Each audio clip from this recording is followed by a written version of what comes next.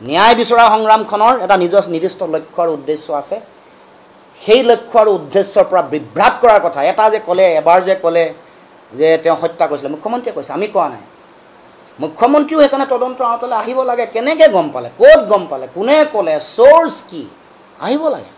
তাৰ পাছত তাৰ আগত কি কৈছিলে, ৰিপৰ্টটোত কৈ থকা হৈছিলে, প্ৰচাৰ কৰি থকা হৈছিলে পানীত ডুবি থকা বুলি কৈছিলে তো ছিংগাপুৰত। তাৰপিছত কি ক'লে, শেখৰে ক'লে বিষ দিয়া বুলি, তাৰপিছত মূৰত পিছফালে দুখ পোৱা বুলি এটা উলিয়াই দিয়া হ'ল। এতিয়া আত্মহত্যা, এইটো কিয় মানে ইমান সলনি? ৰাতিপুৱা এটা কয়, গধূলি এটা বেলেগ কয়, গধূলি এটা ক'লে ৰাতিপুৱা পুৱা আকৌ বেলেগ কয়। এইটো কিয় মই বুজি পোৱা নাই। মুখ্যমন্ত্ৰীক সেইকাৰণে কৈছোঁ যে আপুনি সত্য অন্বেষণত নামক। বাকী এই ভোট পোৱা নোপোৱা, বাকী কথা বতৰাবোৰ এছপি জুবিন গাৰ্গৰ নামৰ বিশাল সত্তাতাৰ সময়, তেওঁৰ সৃষ্টিশীলতাক ধৰি ৰাখিব পাৰে নেকি? তেওঁক ক'ব পাৰে নেকি? কোনোবাই কৈ আছে স্বাস্থ্য বেয়া হয়। জুবিন গাৰ্গটো গোটেই উৰেটো জীৱন উজাগৰে কটালে ৰাতি, ইমান সৃষ্টি, ৩৮,০০০ গান, চিনেমা, আৰু চবচে ডাঙৰ কথাটো, আটাইতকৈ যদি কোনোবাই ভয় খাইছে তেওঁৰ আদৰ্শটো। তেওঁ যে এখন মানুহত ভেদাভেদহীন সমাজ, সাম্প্ৰদায়িকতাহীন এখন সমাজ গঢ়িব খুজিছে, সেই আদৰ্শক ভয় খায়।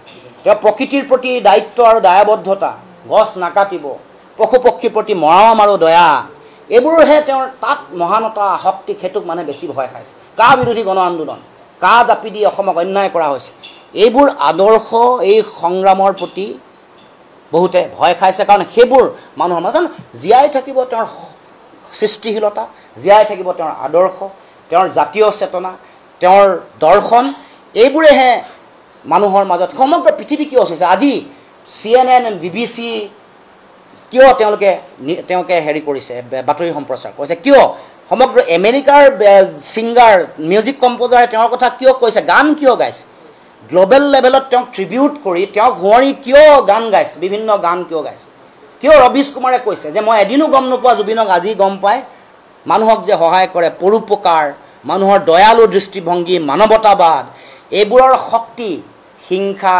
সাম্প্ৰদায়িকতা, হত্যা, ভেদাভেদ, ঘৃণা, এইবোৰতকৈ বহুত ওপৰত। মুখ্যমন্ত্ৰী ডাঙৰীয়া, আপুনি যিবোৰ এজেণ্ট মেলিছে মাৰ্কেটত, এইবোৰ এজেণ্টকো নিয়ন্ত্ৰণ কৰক, বুজাই দিয়ক পৃথিৱীত জয় মানৱতাৰহে হয়, সাম্প্ৰদায়িকতাহীনতাৰহে জয় হয়, প্ৰেম, মানুহৰ মাজত থকা ভাতৃত্ববোধ, সমন্বয়, এইবোৰৰহে জয় হয়, দয়ালু, পৰোপকাৰ, এইবোৰৰহে জয় হয়।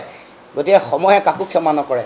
যিবোৰ এজেণ্ট মাৰ্কেটত মেলি আপোনাৰ পে'ৰোলত থকা যিসকল এজেণ্ট আছে, তেওঁলোকক মুখ বন্ধ কৰি ৰাখিবলৈ কওক। সকলো এগৰাকীকে সকলোৰে চৰিত্ৰ ওলাই পৰিছে, ৰাইজে সকলোকে নিৰ্মূলভাৱে বিশ্লেষণ কৰিছে।